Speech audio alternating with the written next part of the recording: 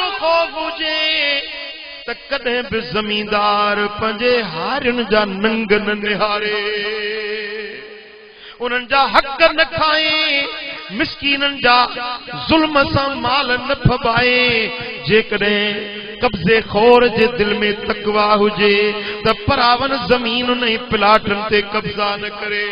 जे master जे दिल में खुदा जो खौफ हुजे, पगार खणे हिकड़े डी वनी सजे महीने जो सयूं करे दोजे जी।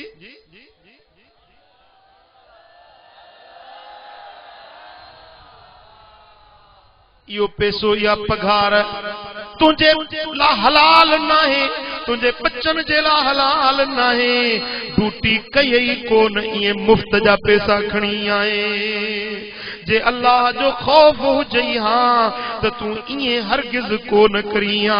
ओ मुजादा जे व्यापारी जे दिल में अल्लाह जो खौफ हुजे हां त कूड़ा कसम न खणे हां, मिलावट न करे हां, ख़यानत न करे हां, माप तोर में खोट न करे हां।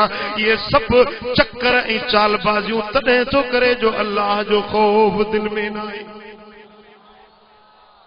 हाँ ओ अद्दी, ओ मुझी अम्मा, ओ मुझी भेण, जे तुझे दिल में खौफ हुजे हां त पंहिंजी कुराड़ी ससु सां इएं झेड़ो कोन करिया। जे खुदा जो खौफ हुजे हां त पंहिंजे मुड़स मिस्कीन खे इएं न इज़ाई हां। जे अल्लाह जो खौफ हुजे हां त इएं परायूं गिलाऊं न करिया, इएं परायूं चोरियूं न करिया, इएं परावा सुट पट न चोराई हां। ओ अदी तुझे दिल मां खुदा जो खौफ निकरी वियो, न नमाज याद आ, न रोजो याद आ, न कब्र क़यामत याद आ। सबब इहो आ जो दिल मां खौफे खुदा निकरी वियो।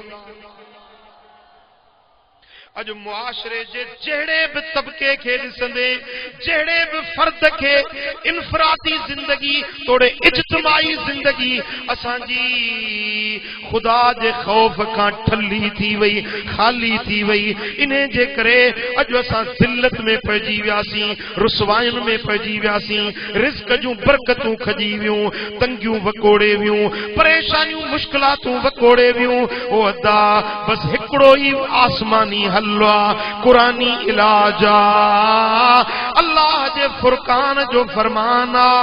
तू अल्लाह जो खौफ सीने में रख, तुझा सब मामला रब ठाहे छॾींदो।